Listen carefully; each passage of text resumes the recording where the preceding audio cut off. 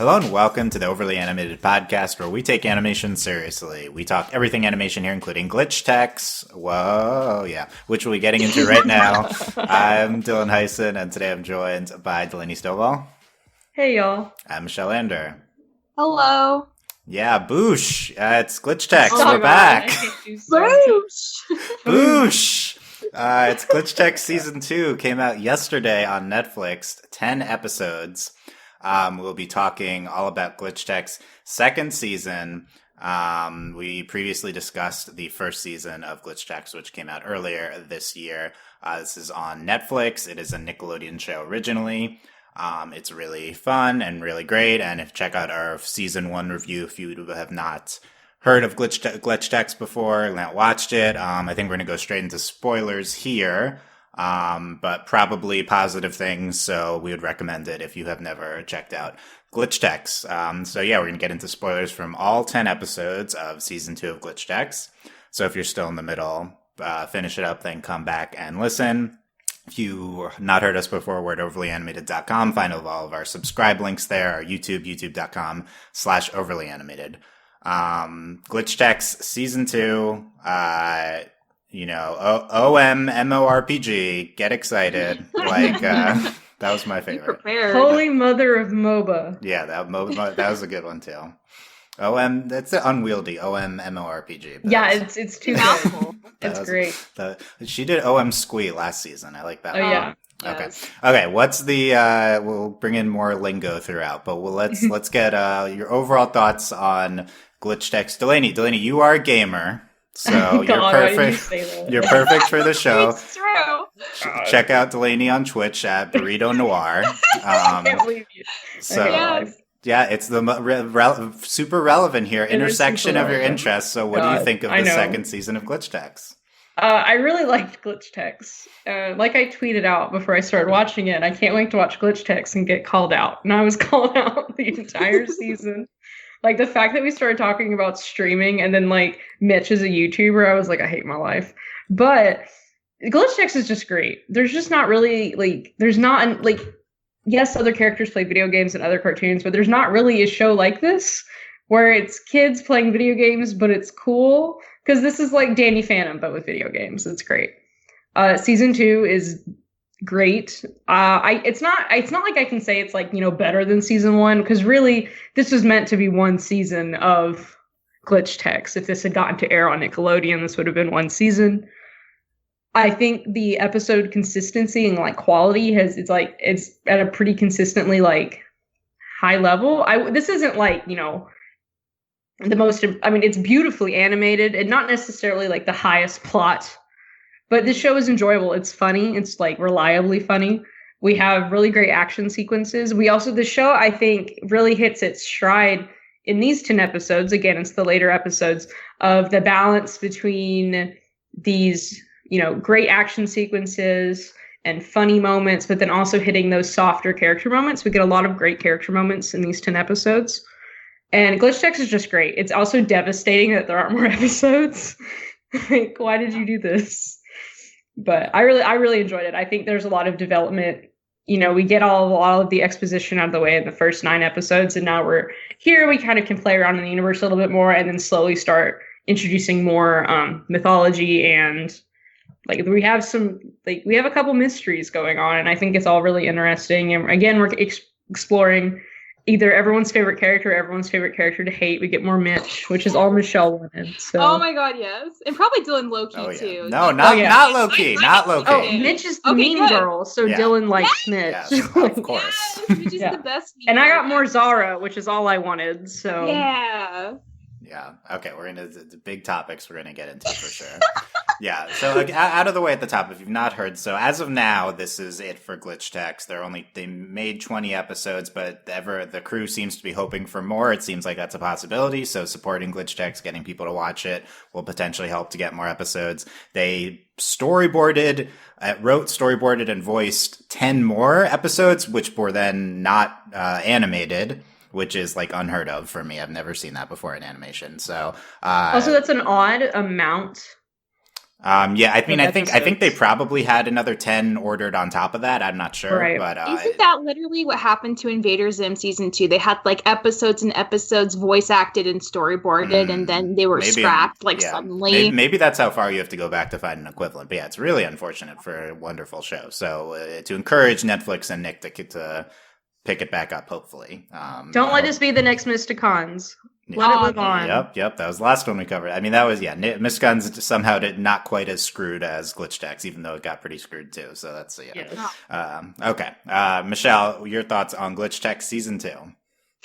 I really like season 2. I honestly think I did like it more than the first season just because I don't know. I was definitely feeling the barrier the first season, not being a gamer with all these references, and either the references aren't as like obvious or there are less of them now, or I'm just more used to it because it definitely wasn't like hitting me in the face with like confusion as much as the first time. I do think like we're building on character relationships a little bit more in a way that just like feels like Delaney was saying, like it's really nice balance of like just having these fun adventures but also getting into character stuff. And of course like Miko and High Five's bond is like more important than ever, and like maybe converging into like a love triangle situation, which like I don't like really care about. Like fine, if Miko wants to go there, like I'll go there with them.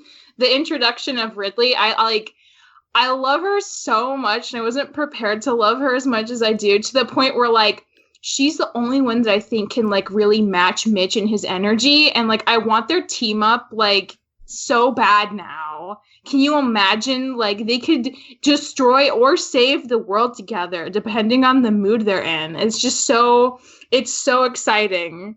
I continue to think it's really funny that for every, like, 10 episodes we get, maybe, like, one episode of like a little bit of plot, just like little sprinkled in at the very end to just pique your interest to like growing the universe lore, but just really, really in the background. And I honestly like think that's really nice because like we'll get to it in due time if we get more of the show. But like again, it's very much not the priority right now for me watching. Yeah, I think somewhat similar to how other shows have handled first seasons. Yeah. With the more plot later, but not in the first season. Michelle, what you have to tell us who you think this love triangle it consists of. I have an assumption, but I think to you it's obvious, but some audience is not going to know who it is. Who do you think is in the love triangle? I mean, Miko and High Five like haven't had a conversation, but they're just like they've literally spent like 3 or 4 times this season being like, I trust you, like you're my best friend, like I don't think you're weird, like I think you're great, like I'm always gonna be here for you, like fist bump, like they're just so comfortable and they keep like verbally affirming each other to a point that like one is very nice to see in their friendship, like, but 2, like I wouldn't be surprised if it led to something more. But then they introduced this love element with Zara, and it's like Zara's great, and I just never expected her to crush on High Five.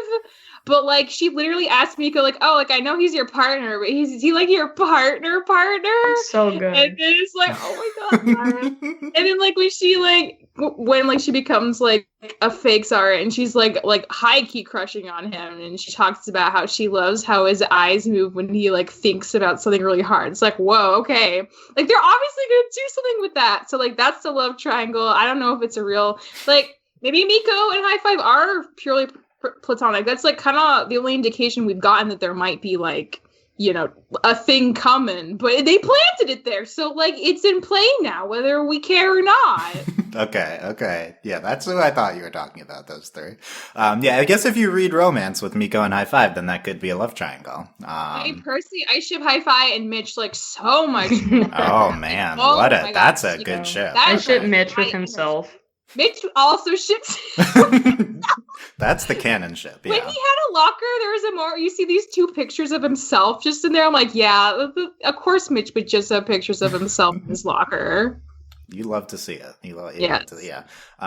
Okay, we can talk about potential romance. I mean, the Zara stuff is like it's canon, so we're definitely gonna talk about that. I loved Glitch season 2. This show's really fun, and I think season 2 was. I mean, it's mostly the same group of episodes, and I know that there's at least one, probably multiple episodes that are from later in the run that were in the previous batch, and ones from the previous batch that are in this batch. So I don't think it's like a clear season divide thing. But I found it to be a little bit more consistent this season.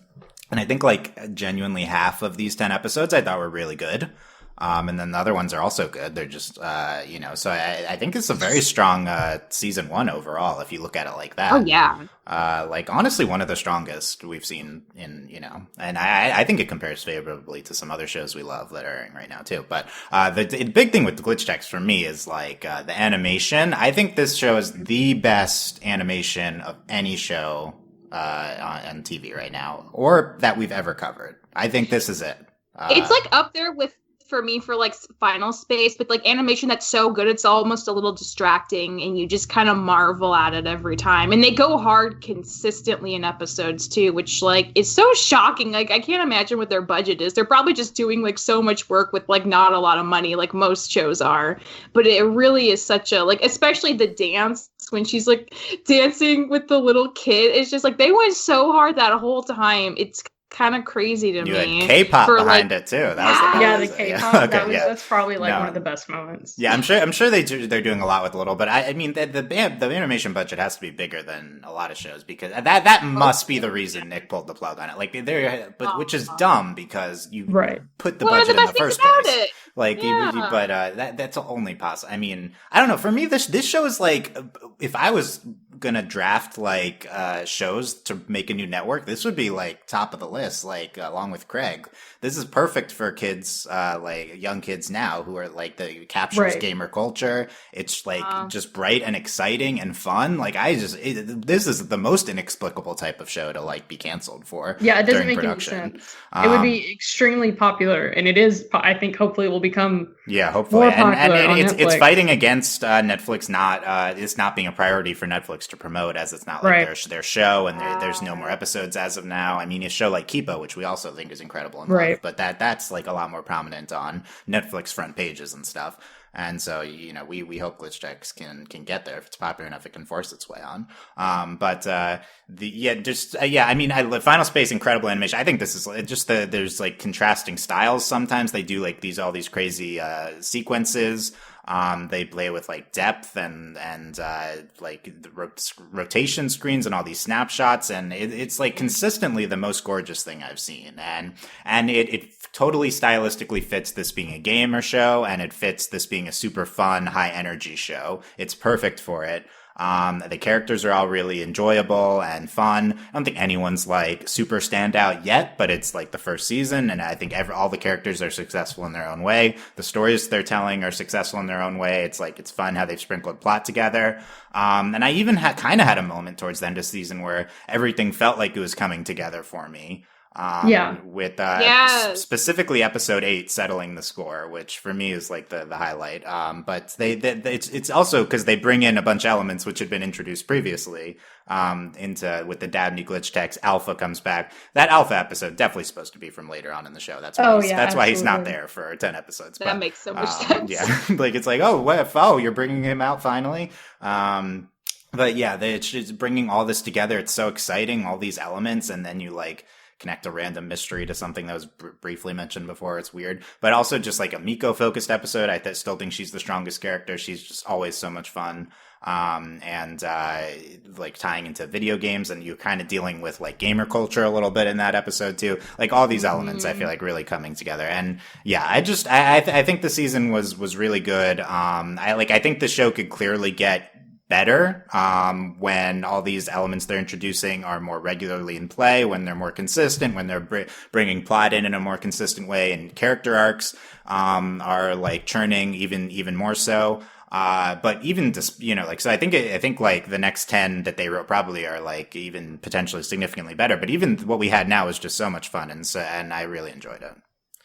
I mean, it's like we had exciting new plot elements. I want to get to, I think Ridley's going to be a high topic to get to, but first, like, we talked, I think in our first podcast, a big takeaway for us was how this show presented gamers, kids gaming, gamer culture in just an extremely positive light and fun light.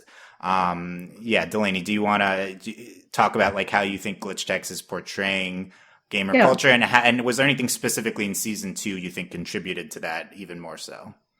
So like what's so great about this show is usually in a lot of shows, it's like stop playing video games, or, it's just this hobby that a character might do, or it's the hobby the weird kid does. But in this show, quote unquote, everyone's weird. Everyone plays video games. And what I think is so cool about it, one, I think I talked about in season 1, was one of the greatest strengths is how negatively we show Mitch. That Mitch's behavior is not okay. And it's not like, that's not what gaming's about, and he's not a team player, and like how being a griefer is bad. So that's like a really important message, I think, for children. And also it's just showing these showing the good and the bad in being a gamer. And we got some more of that in episode 8 in settling the score. Yeah. And where you have one, you think it's Ryu, but it's the little kid the whole time. But Ryu's like, talking trash the whole time. And Miko's like going off about it. Yeah. And like this hyper competitiveness. But then also, I think one of the biggest themes for this season, which not to say that it's not a theme of last season, but we have several moments, like with Five's backstory, we get more about Miko, is how gaming is what made them feel connected to other people. It's what made them make friends. And like, especially like with Miko, she had just moved to town. So playing this dance game, helped her make friends. And then she gets to do that with Mike, which obviously you saw that coming from like 9 miles away, but it doesn't matter because it's adorable and we love to see it. But then also again with Five, like he used to go to this retro gaming store and play all the time with his dad. His dad made this really popular retro game. And all these different communities within the gaming community, I think is really what's so amazing and important, because a lot of times we're just seeing all of it. Like we even get VR, and again that negative, we get some more of that negative, like Mitch's family doesn't take care of their gear, they're not paying attention, but at the same time they keep breaking their stuff because they want Mitch to come around, because he hasn't been playing video games with them. So I think that's what I think it's like. I think what I really like about Glitch Techs is it's not just about gaming, it's the balance they strike between, good gaming, quote unquote, good gaming, and quote unquote, bad gaming and behavior. But then also like how gaming, like at the central core of the show, is like gaming brings people together. I love that as a theme you're honing in on that this season, and the show in general, talking about gaming bringing people together, communities. That's totally true. Thinking about it, it's like it really is what's connecting all the characters, especially the central relationship of Five and Miko. You see it with Mitch's family, and that was really good in how it's connecting all of them. I think that's really wonderful. And I don't know, like I was expecting maybe, because that was on my mind as I was watching these gamer topics and themes coming into play. Like I think 8 was approaching kind of like bad toxic gaming behavior. Yeah. Mm-hmm. And I was expecting it to go a little bit harder into that. Right. But also it's like, I feel like that if you go too much, it's maybe upending the show's super positive focus. Well, I think part of it was they were pushing it, but then they also had to have the twist in there for Miko so it could be about Miko. She gets to kind of pass on the torch because now Mike's the new kid. So I think it was like an important part of Miko's backstory. Yeah. So it's because I think they obviously could have pushed it more, but I think the twist was more important in this case, that it was Mike, because of, oh, you're the new kid in town. You don't have any friends. And, now she's his first friend. Yeah. Yeah. I think, inclusiveness into people there. And like, also, I think it's a lot of like understanding motivations of people who do stuff like that, I guess. Well, even him, like when he's like, oh, well, you can't play anymore. But then he's like, wait a minute. Do you want to play with me?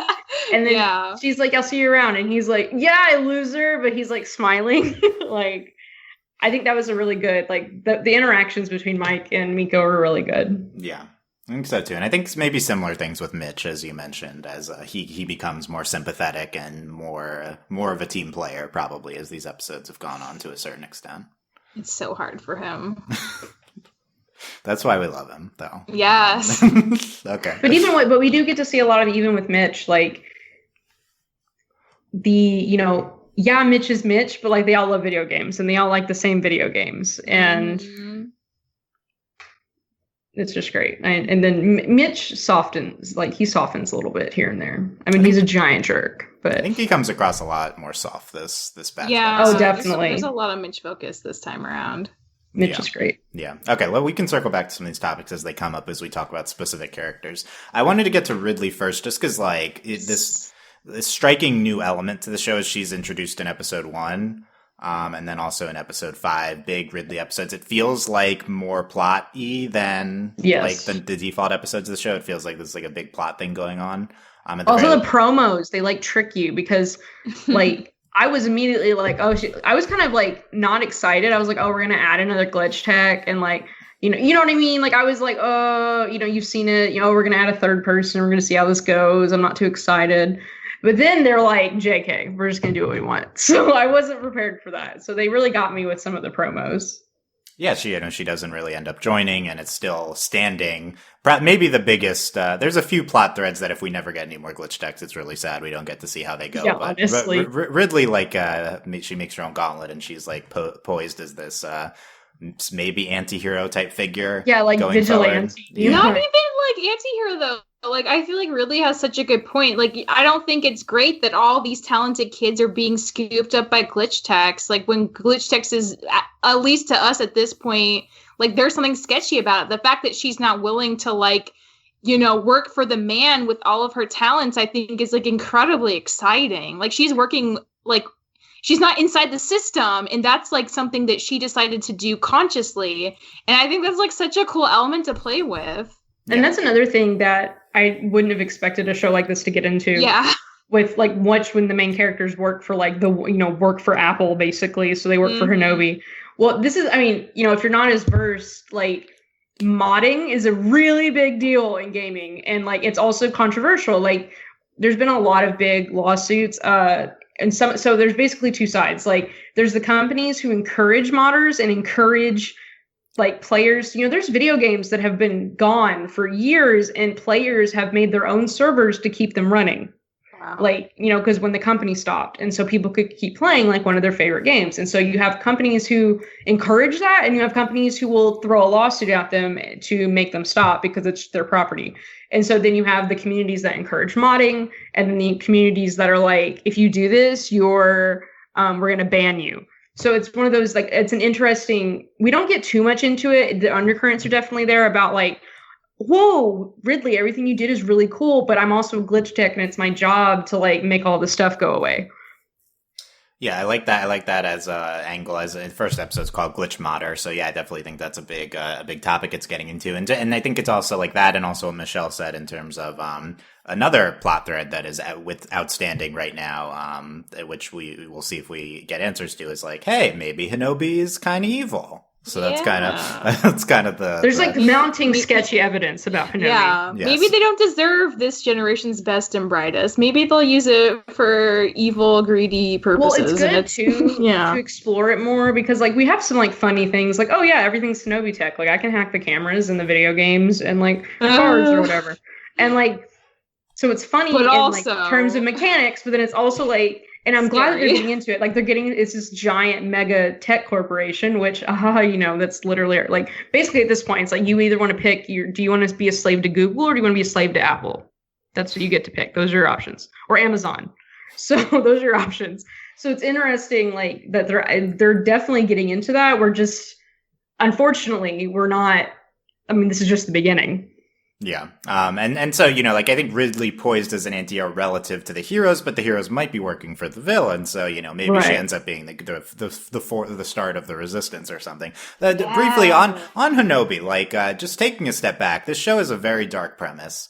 Honestly. Hinobi is seemingly this mega corporation that runs this world, and their tech causes these glitch monstrosities to occur that kill people, that terrorize town. And so what they do is they hire children to secretly cover up their tech's faults, and then they wipe the memories of the people who see it. And they're like, in their gaming tournaments are just basically fodder for their company to hire more glitch techs.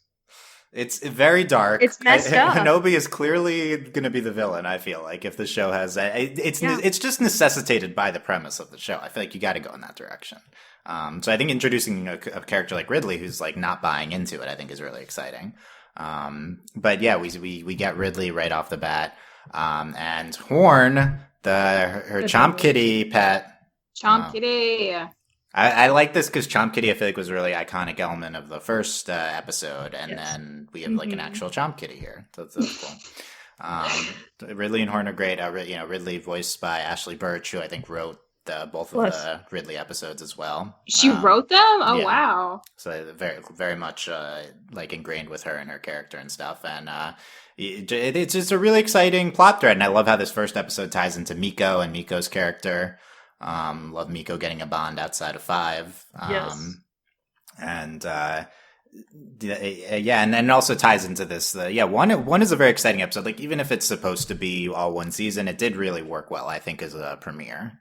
Oh, I would agree, definitely. And especially because it's bringing in a lot of new elements into the show that we get, like, a lot of new stuff happens, like the whole idea of modding, and then, messing with their tech. Yeah. Like, they, mod their gear, which is hilarious. Yeah, and just Ridley herself. Michelle, you said you love Ridley. What are you really tapping into with her character?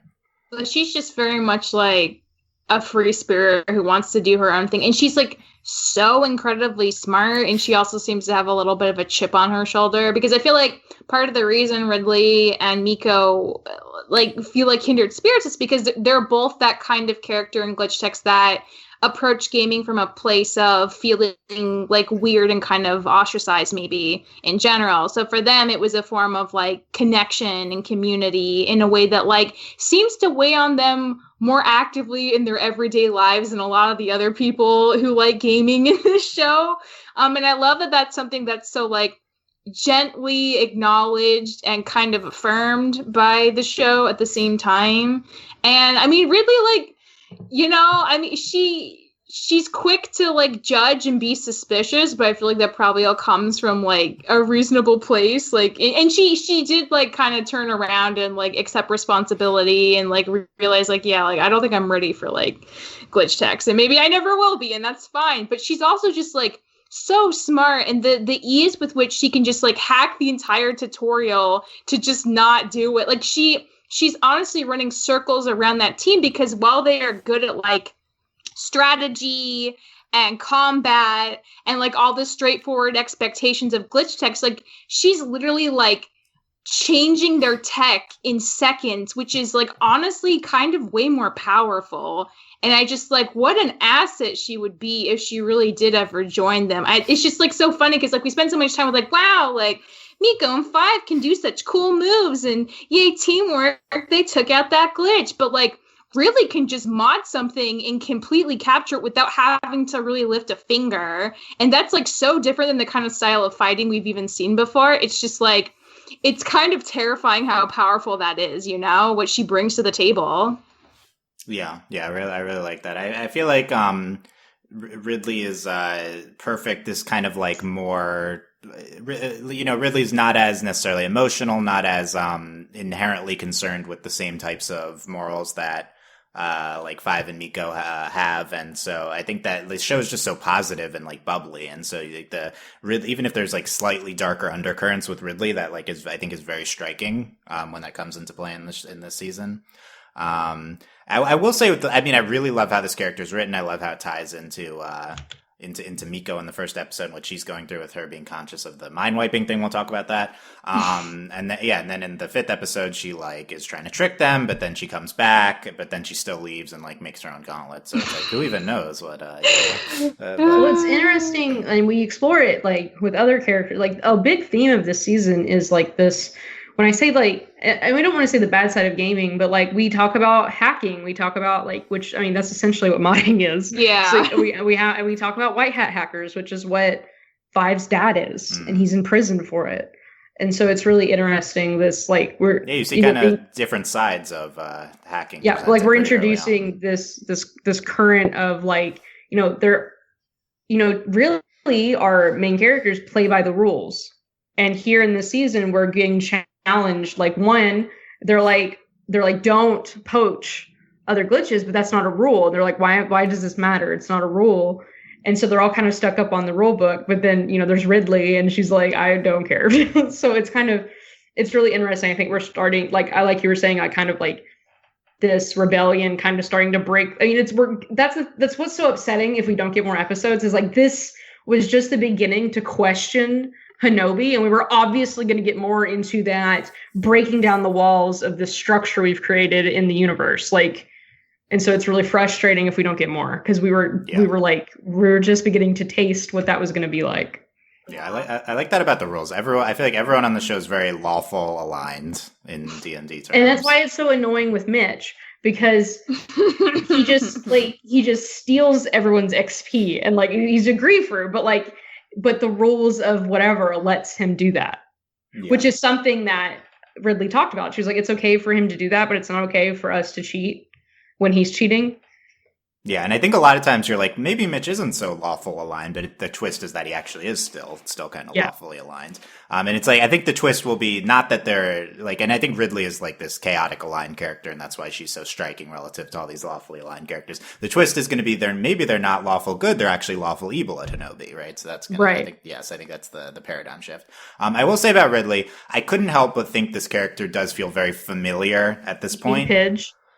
I knew you were going to go to Pidge first, yes. I was going to say, like, you didn't know. Peridot. Peridot, Pidge, Peridot, and Entrapta. Yeah. So the technologically aligned they also young have the same nerd. haircut, all of them.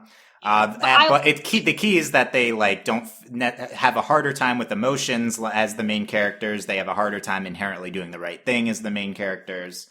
I mean, I feel like we've seen this iteration a lot of times already. It is. I wouldn't say like this particular instance, it's like a harder time doing the right thing. It's like, I think like we're willing to question what the right thing is a little more than what is like probably more straightforward in some of those other shows. Yeah, I like that. I think that's trust the premise of like these kids are kind of blindly following this greater company that they know very little about, and that's been presented to us as viewers as like a problem. So I think it's like honestly a little messier from the get-go. So it's hard to say like she's totally wrong either. Yeah, that's a good point, is that with a character like Peridot, it's like clearly Peridot was doing evil and then turns good. It's like with Ridley, we're starting from shakier foundation. So it's, to what extent is she right? To what extent is her perspective right? Or our perspective wrong from what the show forces you into? I do think that's a really exciting element of it. And I think it's all presented really well. I don't blame this presentation. It's just like we've gotten a lot of them in a row. Well, I think it's also a little bit different. Like, I definitely agree. Like, these characters are very similar, though I would say Pidge and Pidge is a good guy, though, like, starting off. Exactly. Yeah. But what I want to say is, like, in their characters, like, Pidge, who is a good guy, but Pidge goes through arcs of, like, I don't really care about doing the right thing. Right, like, Pidge is very self-motivated. Like, Pidge has a goal. Like, that's all, and even, like, that's the whole reason, like, for joining, I can't remember their school name, the academy, whatever the heck it was called. We don't care at this point. We don't care. It doesn't matter. Voltron sucks. So, like, Pidge, like, everything Pidge does was in greater service of finding her family. That's what it's about.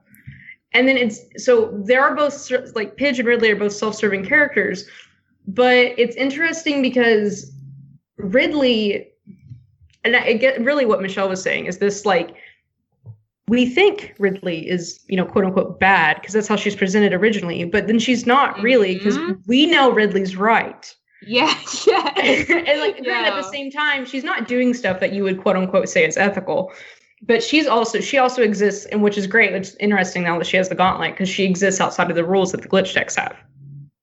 Like, there are no ethics that she's bound to. Yeah, I think it's just really exciting, like, the place you leave off there and what we could do. And I think it's subversive a little bit to have the nerdy character kind of not be the villain, but be this kind of rebellious character. She's like a free thinker. She's not just going along with, like, this popular company that everyone wants to work for because it's like the hot thing on the market. Like, in like normal, in like, a different show, Mitch would be this character. Mitch would be the, like the rabble rouser or whatever. I can't believe I said that word out loud in 2020. Anyway. But like, it's interesting that I think we've seen this character before, but I think they're using her differently here. Yeah.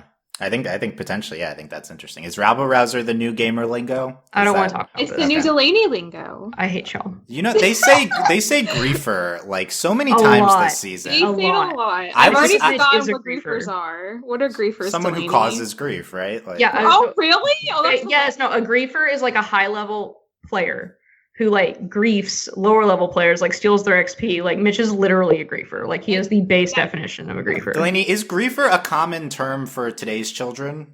Okay, so this is the problem. I come from And the you are older- younger than us, so we're gonna default to you here. I am younger. I will say I grew up playing World of Warcraft. Griefer is still very much a established term for like an MMORPG, which is what we talk about a lot in Glitch Text. I think like, you know, if you play Call of Duty, you would still call based on what I know about Reddit, people still say griefer. Yeah. Okay. The problem with, and I think a I lot will of people say the screen in like the middle of the season where they go pwned, that's dated. No one says that anymore. Yeah, but I appreciated that. So Yeah, you it's appreciate that's that. my That's for you. age of language. Yeah. Yeah. The thing with I think a lot of people find the gamer slang a little overwhelming with the show. They come at you a lot with it. And of course the danger is that, you know, it's older people writing it for the audience of children, and maybe But I they will don't say have the thing same. with gaming is that other than pwned, which mainly it's because it got adopted into like the greater lexicon of language. Yeah. Like gaming is, I don't want it, like, it's not that gaming hasn't changed, but like a lot of the terms people say have been around for like the entirety of gaming. Like, so it's one of those things that like, yeah, they come up with new terms, sort of, but gaming is still very much like a lot of griefing and a lot of words that we use in gaming all come from like the oldest of games, and it's still used today. Like the lexicon of gaming doesn't change as much as one would think because we're still playing the same games. They're just newer. Nice.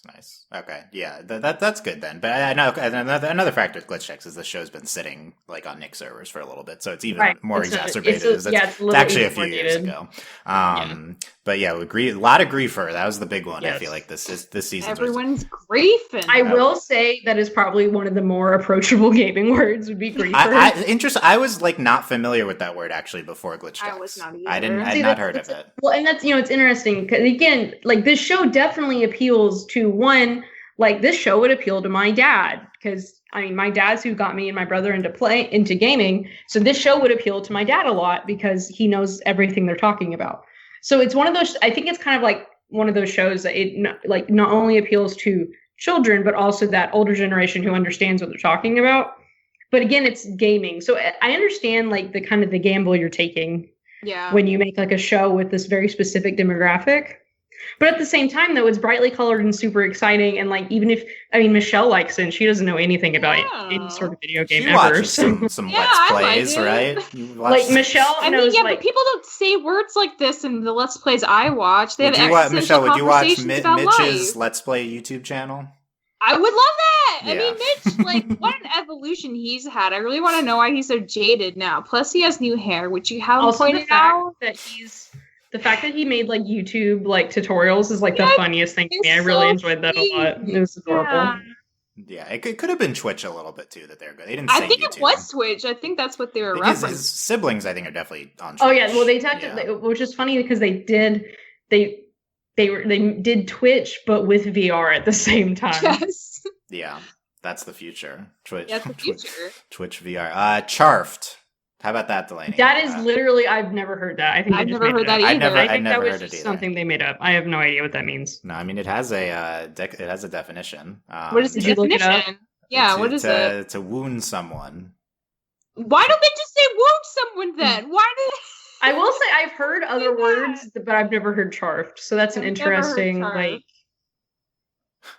Okay, now I'm seeing different definitions. Okay, I'm not going to read the Urban Dictionary definition. It's probably not good. So yeah, I wrote that one down. And then we got the boosh. I love all the booshing. Boosh is good. That's just Boosh Mitch's anything? catchphrase. That's not a real thing, right? Boosh is just good. Okay, yeah, it's just I this season drilled in that's Mitch's catchphrase. So now I know that we got that. Okay, so that's I don't know what we're talking about. Ridley, but yeah, Ridley's great. We can come back to Ridley if she comes up, but I think Dan's been tweeting and said Ridley was in a few episodes of the ones they wrote. And so, we'll hope we can see the future of Ridley. Save glitch some of these text. characters. Save glitch text. Whatever the hashtag is. Yeah. Hashtag save glitch text. Yeah, very straightforward. Just say that. Yeah. What about? Okay, we're talking about Mitch. We can talk about Mitch. Yeah. Okay, Michelle, you've already said a lot about Mitch, but keep going. What's see for me? This is like my type of character. So Oh my god. The mean girl. Yes. But what is it about Mitch to you that speaks to you when other mean girls or boys might not speak to you? Well, I want to Mitch absolutely is a mean girl, and then I mean boy, because being a mean girl is just like a state of being, not tied to gender. Yeah, That's mean girl why is Mitch just a state of mean mind. girl. Like he's like so stylish and so snooty, and like he just honestly just doesn't know how to have good friends, and that's always gonna be my character. Like that's Jamak. Like in a weird twisted way, it's probably Jamak is a mean girl. like That's Jasper. correct. It's like it's Bernard from Craig of the Creek. Like I love Bernard.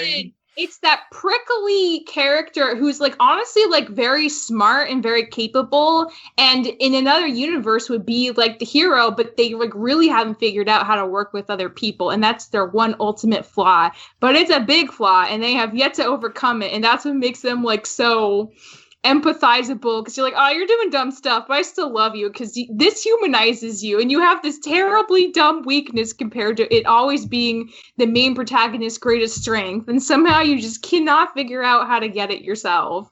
It's always good. I like that point you make, that they could be the main character, but they can't be because they won't work with people. He is the high score. He should be the main character. Right. He should. Well, it's like...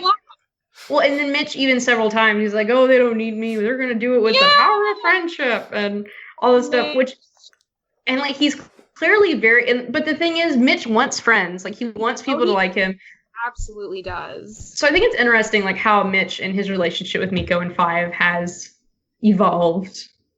Yeah, I think so. Yeah, I think that's part of like what being a mean girl is too, because like you outperform everyone to prove that you're worth like admiring and being a friend, but you like mistake admiration as friendship as equally important, and so you're always left empty inside because you always perform the best and everyone looks up to you or they hate you, which is kind of a compliment. If Michelle, are you a mean girl? No, I don't have that energy. I wish I did. That's why I like Mitch. That's what we aspire to. It's like he assumes that like because he's the best, that means he'll be like loved the most. But those are not the same thing. And so he keeps being thwarted. And like I think he knows why, but he hasn't really addressed it on like a conscious level. And that's entirely what's been holding him back from being his best self. But I love to see the struggle. The struggle is what I'm here for. I don't want him to reach it till season 25. Like, honestly, give me more struggle. It's really sweet. Like when we get to see his family, and then they just want to spend time with him, and they're like, "Well, it's because we need you." And then he's like, "I guess I've been spending too much time at work." And so I think we're very slow, like softening of Mitch. Yeah. Like his hair. He's so resistant to sharing anything about himself, which like normally is a healthy way to like get to know someone. Just you share facts, but like that's like part of why it's so funny that like that's what he really wants, but he actively fights anyone knowing him or getting close to him at all, like more than most people in this show. And like that's like the absurdity of it. That's why it's so funny to watch him. Gotta let people in, Mitch. Yeah. Well, it makes you wonder too, because of how little we know about Mitch. Like, maybe another thing happened. Like, because I mean, they talk about that too. Like, they're like, man, what happened to him? Like between like his, Let's Play videos to now. Hmm. Yeah. We don't really ever get the full picture of that. I'm worried his cat died, and it made him so sad. Why do you gotta talk about that? Don't talk about Mrs. Bush like that. Shut up. I mean, I don't want that to happen to Mrs. Bush, but like I feel like the cat's a plot point now. So Does Bush come from the cat's name, or does the cat's name come from the catchphrase? I like to think that's how he honors her memory, by just saying Bush when he wins. Yeah, that's good. Good. He's part of the Furious Four with his siblings, and he was also separately has his FTW persona. Yeah. Yes. I find it so lame that he was FTW. It's like so. No, it's extremely. He feels like an outdated term. That, so it's real bad. Yeah, he's. I definitely see Mitch as like a mean girl, but those other characters Michelle listed, I don't like think as much of it. But I see the connection, so it's interesting. Like, what's the distinction? I'm not so sure, but at the very least, he serves this like mean girl type role in terms of they're kind of like at work / school opposing the protagonists, giving them grief, being a griefer. Yeah, there you go.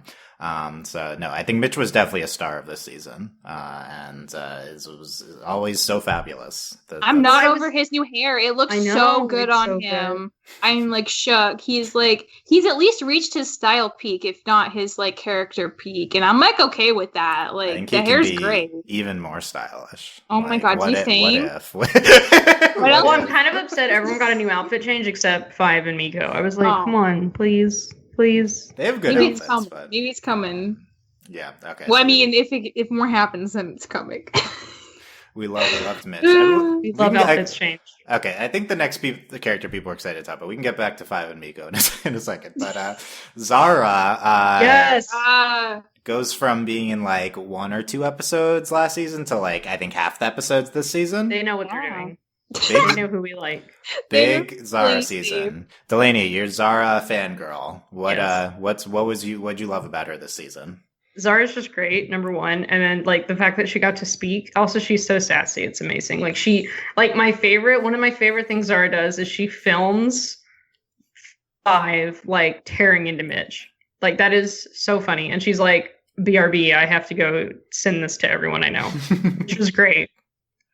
And I don't know, like, it's never even occurred to me to ship Zara and Five, and then Zara's like, I have a crush, and I was like, I ship it, do it, go. Wow, you're instantly into it. I'm super into it. Like, I want Zara to be happy. I'm into it. I'm into it too. Anytime you ship a hetero ship, I'm always just like, I need all the information about it. I know, right? Like, I'm not normally about it, but I'm really like, it's adorable. And Zara is like so like flushed, like she's just so embarrassed about it. It's amazing. And Zara's just a great character. Like she's just very like, I don't know. She is that no nonsense character, but then she's also really fun. Like she has some really fun lines. And then everyone in the Bud episode was just the best. Like I think Bud might be my favorite episode, even though it was stupid and I knew every single thing that was happening the whole time. It was amazing. Like every time we were like, oh my God, they're going to give a hat to Bit. They're going to give a hat to Bit. And then we're like, oh my God, Zara's going to get a hat. Like we were just like, when's it happening? Like it was so good. Yeah, I definitely think that's a really good one too. The hat gag is like A+. It definitely starts off with like we need a visual thing to how to differentiate it for the audience, and it's like we'll just make it as blatant as possible for comedic effect. Yeah, it's really good. That revealing it there, it's shocking, but it's I mean, I was like, ooh, Zara likes Five, and then she's like, and I'm like, girl, like calm down. Like I wasn't ready. I was like, I'm proud of her though. Good for her. Yeah, and I love that she like phrased the like kind of prodding Miko as like partner and not like boyfriend girlfriend. I'm just like, yo, this is the future I want to see. Also, every time she fights, she either has a sniper rifle or the biggest gun on earth. So like, Zara's great. Tough. She's very I really like the silent Bond scene also. Yeah, that's really good. With the green haired girl. With Simi. Simi, I think, yeah. Simi, yeah. Who me and my wife decided is a lesbian. Yeah, I mean, she absolutely is. She's my second favorite like, random character. And I like that they were like, instead of making up a new character, what if we just send her to Daphne? Was she in this first season? I don't remember her. Yes, she's one. So here's the thing. What did she do? She's just one of the background glitch. She's just a background model? Okay. Yeah. Okay. And the only reason we paid attention is because me and my wife were like, she's a lesbian. And so like, so you decided this before she was in just episode 7. Hair, you can tell. Yeah, you could just tell. The hair. And then she was like in different episodes on their team. And then they were like, oh, you transferred to Dabney. And it was like, LOL. I like that they were like, let's just reuse her character model. It doesn't matter. I do like randomly placing significance onto the repeated background character model. No, I really enjoyed it. It was great. She's voiced by Felicia Day, who writes on the show. Wow. Also, Felicia writes on the show? All of these? She's like, think this is a writing consultant. But yeah, Felicia and Ashley Birch, I think, pretty influential to the modern gaming culture they're presenting, among others. That's actually a really good point. Wow, yeah. Yeah, I think. What were we talking? Oh, we're talking about Zara. Yeah, okay. So obviously, like a big thing with Zara is that she's hijabi, a person wearing a hijab, and this is I think she's the most prominent, for sure, the most prominent hijabi in any show that we've talked about. Yes, definitely. And it's representation. I think a lot of people have been dying to see. Well, it's great because we just saw her in the background. We're like, yes, the show has a character, and then now she's like actually a character. We're like, yes, yeah, and she was like, you know, one of the speaking side characters last season, and she had an episode where she was decently prominent. And now she's just like part of a regular team now, and you definitely like both because she's like a really fun and interesting character, and because she's unique to any like type of person in terms of her being a hijabi like that we've seen. Like she absolutely should be a prominent part of the cast moving forward, and bring in this element of crushing on Five. Like I think that is further making her distinct. I've never seen in even in a show like this a hijabi person like being like having a crush on someone like that. Like that is like revolutionary in its own right. You know, like it's like we're used to seeing the same typical types of like main character boys and girls being the ones with crushes on, you know, so I think it's like really exciting when it's not those types of people. And in general, Glitch Tech's incredibly diverse show in a way which is like it showcases a lot of different types of people, a lot of different ethnicities of people. And they've definitely sidelined their white characters, which is good. Other than Phil. It's honestly exciting. But Phil's hilarious. Phil's just like in the background too. He's just like, he pops in when they like break the rules slightly too much, and then he goes away again. Yeah, you just got Bergie and Nix who are like pretty background characters. Yeah. Well, and then Berg's a disaster. Berg's is the Kyle of this show, hands down. He is, but he's good. Like he's a lot of fun potential with, I think. Oh, Bergie's fun. Like I'm always like, what horrible thing is going to happen to Bergie? But it like you have the main two characters like displaying different types of people from like all these different types of people as in the side characters too, like just a lot of different racial diversity. Mitch is black, although like the one thing I'd like to see is like other black characters, I think, on the show. That's why seeing his family was so exciting. It's just like, yes, yay, they're all together. I know, and all of them voiced by black actors. That was really good. His sister was Chidi's girlfriend in Australia. Oh my gosh, that was her? Man. That's really that was exciting when I saw it. But yeah, so that's like it's Glitch Tech's like just really fun, like inclusive show. Like I mean, what more do we want, right? Like with incredible animation, like that. I think the appeal is pretty. Just give us a gay, but it's Nickelodeon, right? So I don't know. Yeah, well, we got this crush on Five is the first romance thing, right? We've ever well, my had, thing is, it's funny because Nickelodeon like technically like paved the way for us to have gays, and then like and then it's like, Nick, where are the rest of the gays? They need to recatch let them out now. Yeah. And if you're tracking, like this show would have been written before the other shows that came recently that had bigger progress. So this is from an era slightly earlier. Right. It's like a difference of a year, but like that makes a huge difference in terms of queer representation. Yes. So maybe if Glitch Tech's got greenlit again, we could see that in the future. Apparently Simi is who you guys are calling.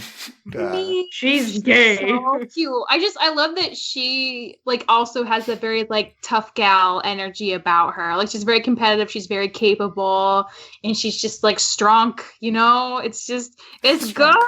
And I love it. Thing that really impressed on me this season is how much they focus on Miko's feet. And like Miko's body model is very different from a lot of characters in the show, and then very different from characters in any other show. Like her, you don't see her body type a lot. Yeah, she's just not like a twig like a lot of animated characters. And then like, I'm sorry, she can probably like break your neck if she stepped on you. Like Miko's like, let's go.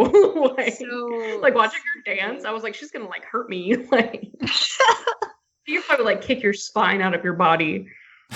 She probably is like in the shape of her life just from gaming. That's true. Yeah, she like definitely doesn't try to be like, but she just naturally just is gaming all the time. How do you think she got her calves? It's from doing DDR. Right? Yeah. Apparently she just did DDR like constantly when she moved there. Yeah. So which I like they took DDR into a Rock'em like they took Rock'em Sock'em Robots, Mortal Kombat, and DDR, and they were like, let's make this game. They made the best game. I mean, it seemed fun, yeah. But briefly, how does the arcade like element of this like a show hold up now? Like that's like a big display of gaming as they go to an arcade. Yeah, I think it's funny because like they literally do gaming as a job, but they also have gaming as a way to blow off steam. Yes, that's the only activity in this I like so this appeals to me as the child I once was. Like, it's always fun when you watch a show and there's like a place characters hang out. Like, that to me, that is a really important like mythology. Like, it doesn't make sense in certain shows. Like, where were they gonna hang out? Nowhere. And then like, it's like when you have you have that modern setting and like they're not like fighting an intergalactic war, or they have like somewhere to go hang out. So I like that it's this like horrible pizza arcade that is actually Five Nights at Freddy's, which is what that entire episode was, by the way. Yeah, I think that's a separate. I think it's a separate arcade, actually. But I got a gaming reference besides the DDR was the Five Nights at Freddy's episode, and I was like, oh my god, episode, finally, I understand how normal people watching the show feel. It's like I get all of these references. Which is Michelle, really you funny. got that. I'm not familiar, so you got that. I didn't get that. You didn't get when they switched to the camera, I was like, I can't handle this. Even when they gave the duck like she pronouns, I was like, oh my god, this is straight up Five Nights at Freddy's. It's literally Five Nights at Freddy's. So Five Nights at Freddy's is a horror game, literally set in like this like animatronic pizza parlor. But it's Chuck E. Cheese, and you're a security guard, and at night the robots come alive, and you have to survive the night. Yeah, and they're trying to kill you. You can't leave your station, and you can only use cameras to figure out when to close the doors because they're a timer. So it's all like precision based, which is why it's so stressful. Because the robots are going to kill you. Yeah. And they move around as you're clicking camera. So even if you checked a camera 5 seconds ago, it might actually like be moving now. So you constantly just... Which, like, funnily enough, this game is really popular with children. It is. And there's like merchandise now, a Hot Topic. I don't understand. Like, I'm shocked. And these are scary. Like, I wouldn't want one of these plushes. This game is scary. The children are like, I love it. Yeah, probably the like second episode to specifically reference something along with the Castlevania episode. Right? Yeah. Oh, yeah. That's why it's like one of the best ones, because that was one of my favorites from last time. Yeah, I think that's probably still my favorite episode of the show. I just really like that Castlevania episode. Well, we did get some more. You were talking about the arcade. Like, obviously, there aren't really, and sadly, there aren't really arcades like this anymore. And we're kind of moving more into everything's like online. And so I do like that we get more of the console gaming in this season. Like, they hang, which it's really funny that like, so they can either go to the arcade or they can hang out in the deep recesses of Glitch Tech's headquarters and just play video games, because that makes sense. This show, like there's like a little like 10-year-old inside of me who is like really excited about this show. Like, me and my brother would have pretended to be Glitch Techs. Yeah. Aww. We used to be Power Rangers, and we were also the Teen Titans. Of course. Interesting combination. Yeah, it's good. Yeah, we're in Zara before. Okay, I don't know, but we love Zara. By the way, Hanish was, I think, presented as kind of equal character to Zarya season 1. Definitely didn't get as much of him this season. Still really cool to see a prominent Indian character like that. Apparently he was going to be in a few episodes in the next one too. We gotta get those episodes. They're definitely building like something I wasn't anticipating as much was like in the first part of this season.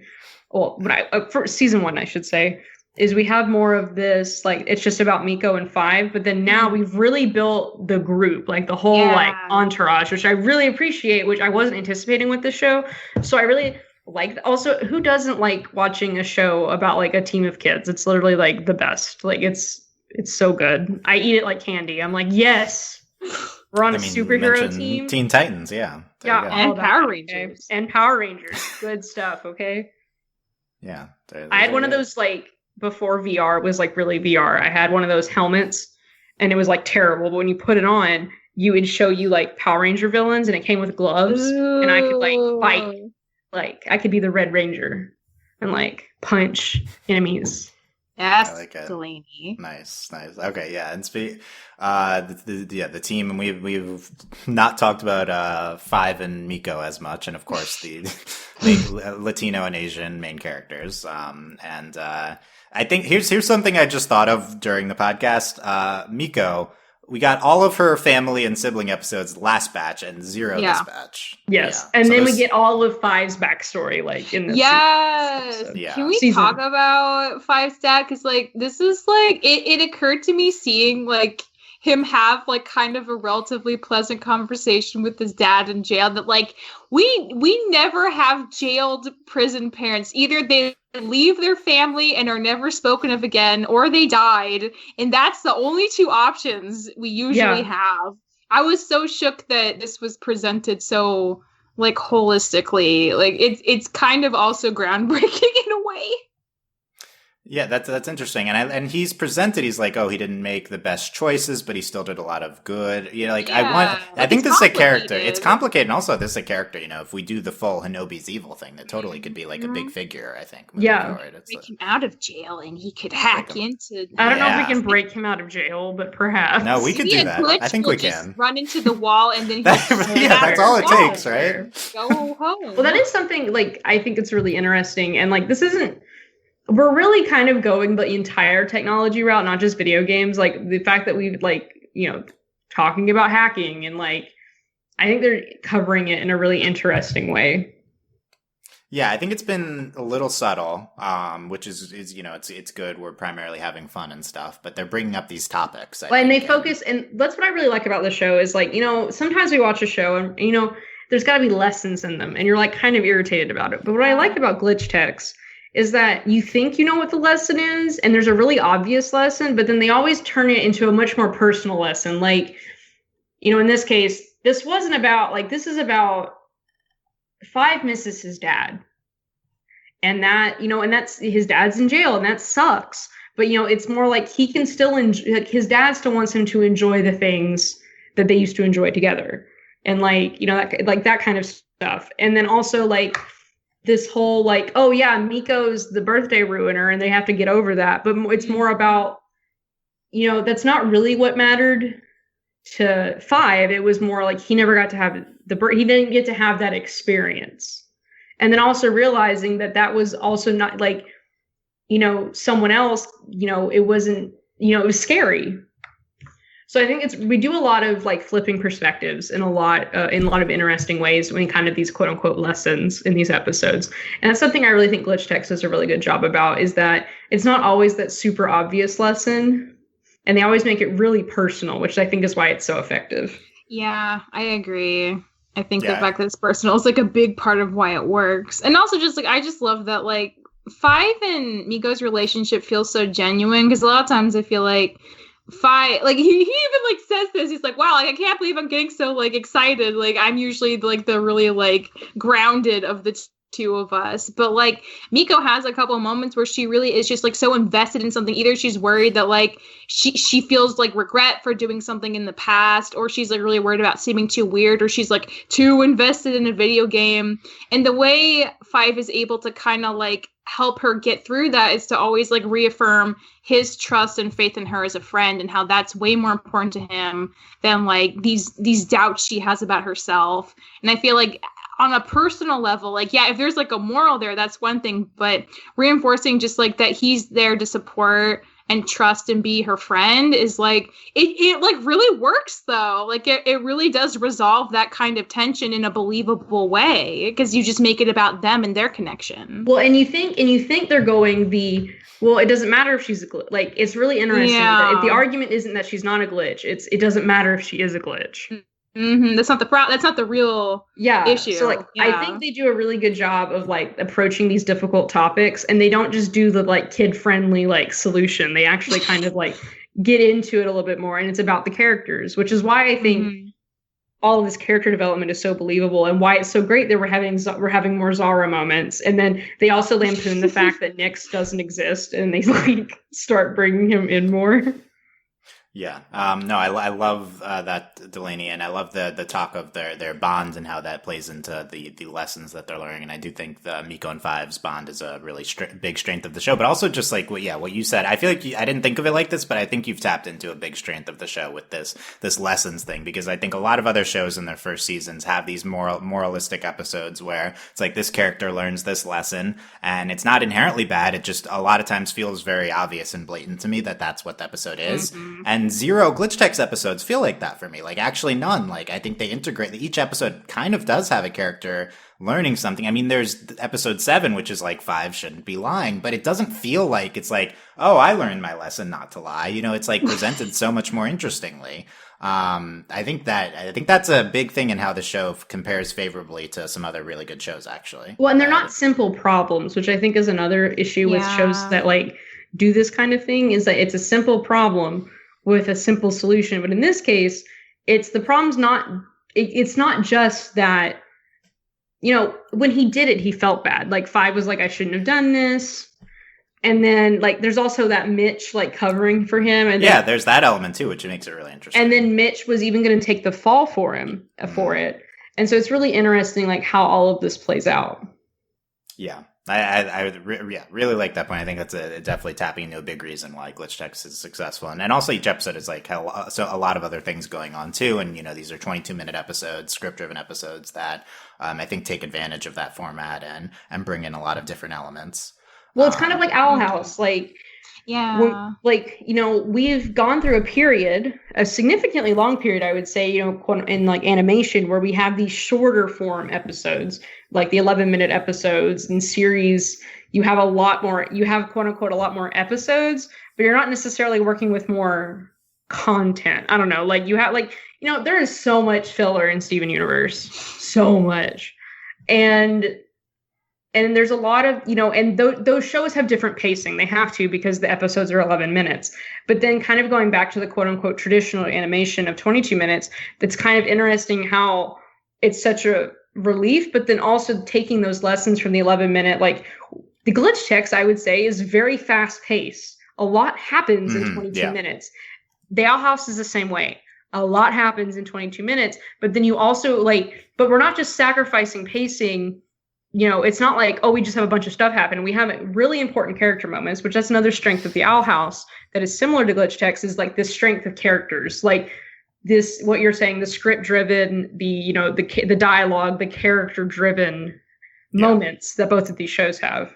Yeah, I think Mysticon's similarly fast-paced that we really loved about. No, I mean, I think half of the Owl House episodes do feel a little bit more realistic to me, and I think zero Glitch Text episodes do. Right. Like, I'm impressed, and I feel like half of the Owl House episodes feel less important than the other half. That happens for every show. But Glitch Text, each of these episodes in their own way has at least something. Like, the Ralphie Bear episode, to me, was more on the quote-unquote filler side, but I took away a lot about Five and Miko's bond from that episode. Like, I think each episode does have a really significant component to it and feels substantial. Maybe an exception is the Clip Show episode. How about that episode? I want to say something about the Clip Show. So go for it. At this point, I'm a bit experienced in clip shows, and I would say this is probably the best clip show I've seen. And again, the bar for clip shows is underground. But are you saying this is better than Stormy Weather 2 Delaney and Miraculous Ladybug? How dare you? Oh my I haven't seen it, and I still agree with that. Oh my god. Stormy Weather sounds. Remembrances in Korra is a good clip show. Okay, episode. I will say Remembrances in Korra is a good clip show. But what I like about this clip show is they do some things I haven't seen in clip shows before. So, like, this episode is very aware that it's a clip show, which is good. The self-awareness is important. Yes, yes. And granted, they also have a little bit of a plot in there that is really important. Like, usually clip shows, it's like, okay, this is a garbage episode. We're just going to be garbage start to finish. But the clip show is a distraction from the really important plot that's happening, which is about Miko being a glitch. And so I think we do, but then also, there are some clip shows try too hard to be funny and they end up not being funny. Now, Remembrances in Korra is funny because it's ridiculous. Oh, this episode, like, I don't know. Granted, it depends on There's how, a fart section. I'm sorry, the fart section is hilarious. At first, I was like, I had like so much revulsion, but like halfway through, I was like, oh, actually, this is kind of great. All the characters start meowing section. The meowing section was great too. That's something that I really like, is that they took the clips. One, it works well in the Glitch Text universe. This clip show is that they have the clip show, but then they're able to edit it, which I think is funny. Like, that was really funny. And then, granted, I always watch Netflix with subtitles on, and I want you to know that the descriptions for the fart sounds are the funniest thing ever. Like, definitely, like, you have to watch it with the subtitles on because it's hysterical. Like, the descriptions for the fart sounds are so funny. But that's just, I think they did a good job of, like, introducing some variety into the clip show. I will say what was frustrating about the clip show is that we binge watched it because it's Netflix, which obviously is not how this was intended to be watched. But at the same time, like they were all from the previous episodes. There was very little from the first 10 episodes, which is what you would expect in a clip show. So it was kind of like, it would have been better if we hadn't literally just watched all those episodes, because they literally there's a lot that just happened. Like the majority of the clips were like just happened. Granted, it's odd also to have a clip show this early on, but I'm not shocked given that Nick eventually, Nick never aired this. And so I don't know, maybe it was a budget issue, which is usually the case for clip shows. Well, yeah, we know from the transparency of Brian Konietzko that the Remembrances in Korra was because of budget issues. Yes. That would be my first guess, would be that Nick started giving them less and less money early on, and so like maybe they felt like they had to do an episode like this. I really like the sitcom opening is the one. The sitcom opening is amazing. That was like the one. I guess I just don't like clip shows. I like couldn't pal. To be fair, you're not just like clip shows suck. Like they just suck. Like, the way to make it good is to play on that. Yeah, that everyone hates clip shows. Okay, now that we know that, let's do something interesting. Which is why I thought this was funny. Like Remembrances, one.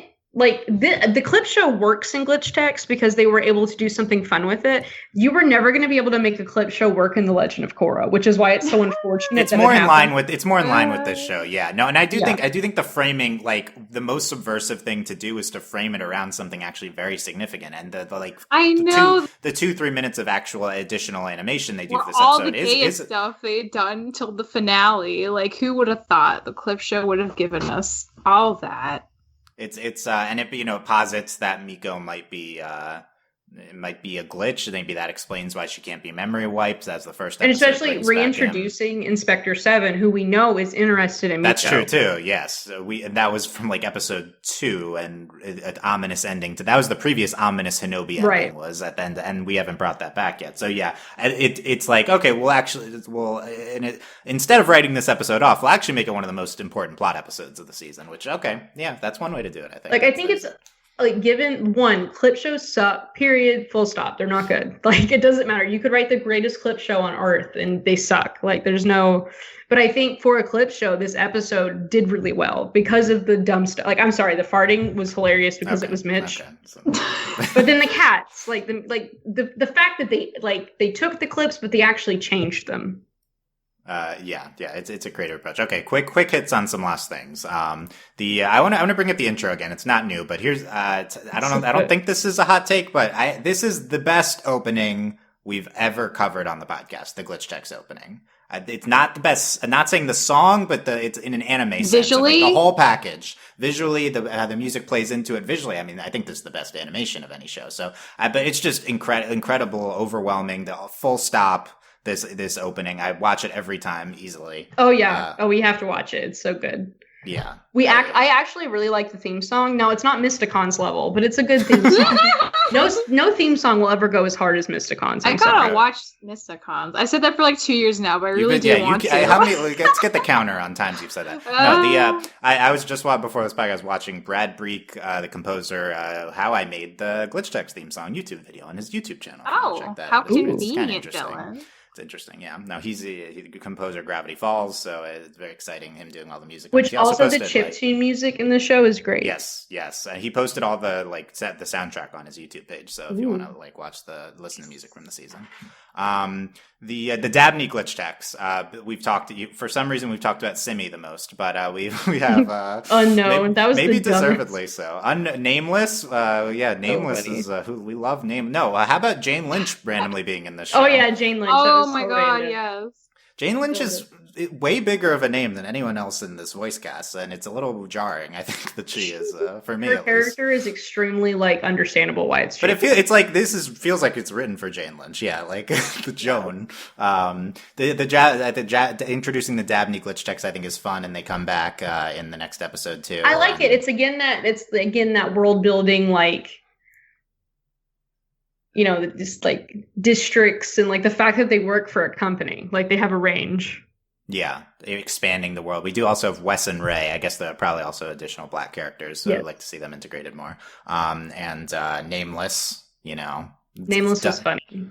Yeah, I guess so. Yeah, well, we need more Nameless. I guess so. And then they did the super, they were the super anime superhero, like they would pose. Yeah, I love the and then the combined shot at the end of that It's episode, good. the real glitch checks, and the real glitch checks with the kitty collector game in the beginning. It was literally Neko Atsume. It was great. I was so excited. I don't know any cat collector games, but like I want to check them all out now. Michelle, how did you not play Neko Atsume a few years That's like ago? games I heard about Age. that. played Yeah, it. I don't know. Oh, and I really liked that. Like Mitch was like, "This is stupid," but then he was like, "Look, it's impossible. I did everything." No, Mitch was like, it was free. It was free to play to start, so we had some commentary so on. He clearly spent to win, a bajillion dollars. Yeah. I love the animation of the like 8-bit like. Yes, it's so good. It was really good. They just kind of like turn around and you see that they're completely flat, and it's so good. Yes, it's A+. Yeah. Really love that. We had Alpha coming back finally. As we mentioned, that Alpha episode was one of the standouts from last season. My wife and I gasped. We're like, Alpha! I know. It was definitely meant to be like right before he came back. So it's like 5 now has Alpha at his disposal. He didn't really for most of the season, but like, come on, now we don't get to see more of 5 with Alpha? That sucks. Yeah. That's most of, but yeah, that was a great component of episode 8 too. You brought in the Damn glitch checks and Alpha, and the giant robots fighting and everything. Yeah, the use of the K-pop, those K-pop. Oh my god, the K-pop, so good. I loved it. What else we got on here? We covered all the mysteries. Do we think Miko is a glitch? Is that the explanation? She's a human being. She's not a glitch.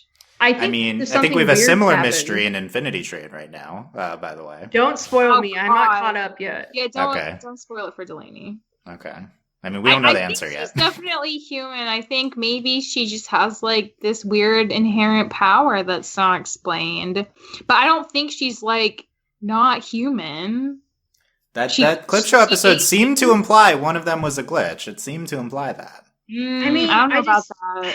I don't think she's a glitch, but like there's something weird going on. That sketchy like industry lady, maybe she's a glitch. Like that would check out to me because like if the higher ups are already sketchy, maybe a glitch is like part of why. Like maybe a really smart glitch is like making decisions that actually will benefit the glitches long term, and they just don't know it yet.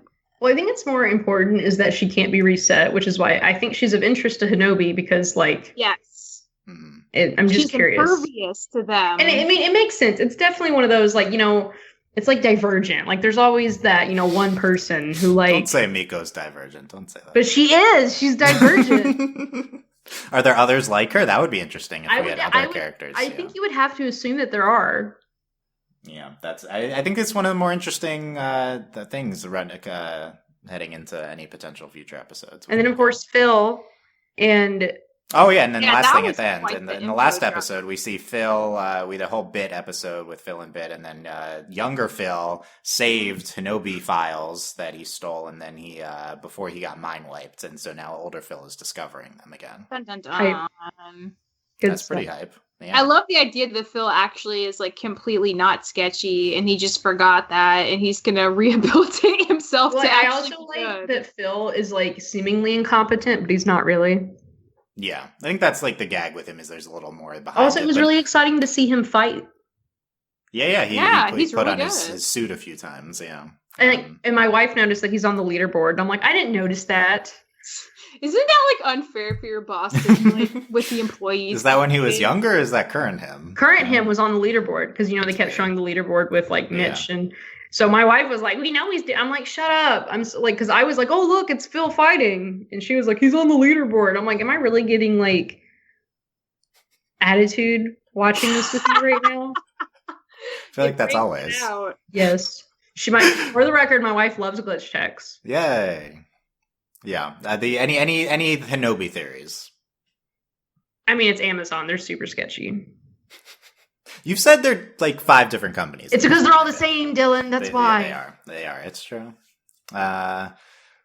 I mean, I want this show, if it was to continue, to go full Hinobi is evil. Turn the protagonist on its head. We break into the main headquarters and learn like how deep this goes, and like also what's wrong with Hinobi that like all their machines glitch. Like that's not normal. What's the weird radioactive material you have in there? So much buggy software. And again, like relying on children to do your dirty work because they're like younger and stupider. Like that's like also very like that's already like so much to question.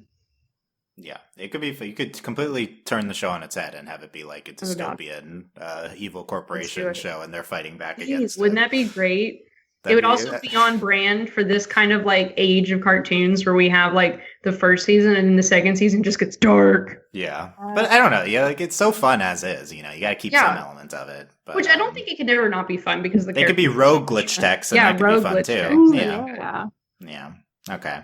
Hopefully we'll see at some point in the future. So please support glitch techs, refer it to people you know, et cetera, et cetera. Delaney, was there anything else from the season you wanted to bring up?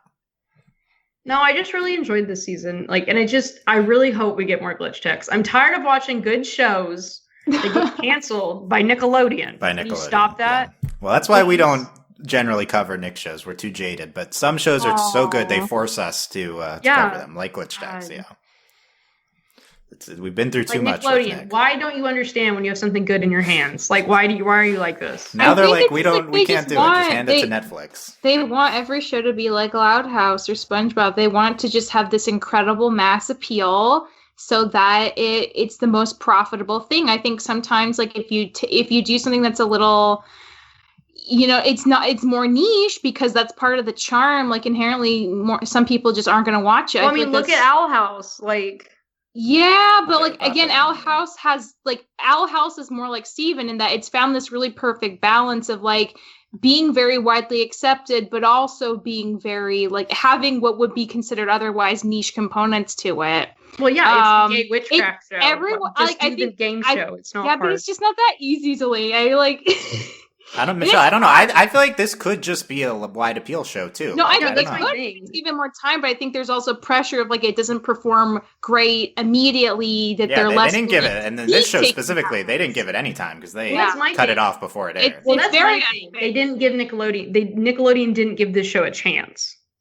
Right. At least these, and that's why this is like the most important one. Like we've talked about how like Nick sucked with the end of Avatar, with Korra, with Mysticons. At least those shows all had like chances. You know, this show like, literally never really had a chance unless they do give it more episodes eventually. But that would probably be by Netflix's decree rather than Nick. Yeah.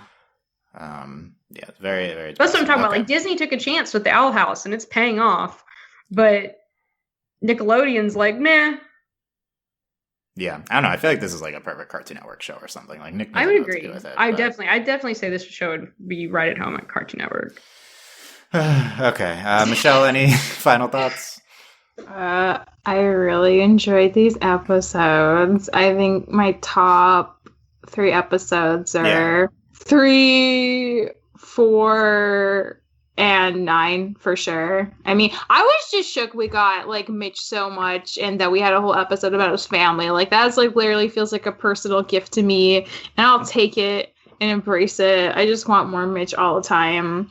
And I hope they get to at least make those next 10 episodes because like, come on, if they're already boarded and voice acted, all you need is animate them, and animation is one of the few industries not really massively impacted by Rona right now. So like, why the heck not? It would be the perfect time now. Yeah, do it. Just do it. It's so much easier. Yeah, that's my pitch to give them more money. Okay. Listen. Also, to Michelle, it's the fact that they paid for 20 episodes and they were like, throw them away. Like, what's wrong with you? No, it's Nick, the sunk cost and et cetera, and like them putting money into things they don't ultimately care about. They're not on the same page with themselves. Yeah, like we know this. It's just exhausting. Speaking of like episode 5, I want to highlight again too the second Ridley episode. There's like one 1 to 2 minute sequence where Ridley is like going on missions with them, which is just it's so good. The best animation I've ever seen. It's like, crazy. Oh my god, it's crazy. Oh, and then Mitch's big moment where he saves Ridley. Yes, that's a great moment for Mitch too. Yeah, and then he's later using her mods. Oh yeah, the mods too, and keeping track of that and stuff. Yeah, no, that's a Mitch moment that nobody sees. He's not doing it for any reason, right? It's nice. I really like Buds too, and the first episode. I think all the Ridley episodes are really good. I don't think Buds is the best episode, but it's my favorite episode. No, I actually think it's really good. It's really fun. No, it's Buds is. It's not the most complex episode. Yes. But yeah, no, I also was like wowed by the animation in Buds as well. So I think there's a lot there. Glitchtex has like too much power. Like, I don't understand why the They have show a is lot so of pretty. power. It doesn't make any sense. Their power level is high? Yeah. Oh my Their god. high score? Yeah, okay. Like, its The high level is score. too high. I don't understand. Too high. Over leveled. Yeah. Oh my god, Dylan. And they talked about overclocking, which I was like, are you really going to overclock your gauntlets right now? We love it. Okay, well, tell us what you thought of Glitchtex Season 2. In the comment section, anywhere. Encourage you to post on social media and stuff about the show and tell people about it. You can talk about it on our Discord, overlyanimated.com/Discord. We have a Glitchtex channel. Consider supporting us, patreon.com/overlyanimated. Thanks to our current patrons, especially our patron of the podcast, Maria, and thanks as always to our patron executive producers, Ryan, Steve, Alex, Beatrice, Hugh, Michael, Needle, and Phonician. Stay subscribed to YouTube and the Glitchtex channel in case there's more stuff coming. Nothing firm yet, but in case there is. Thanks for listening, guys. We will see you next time. Bye. Bye. Bye.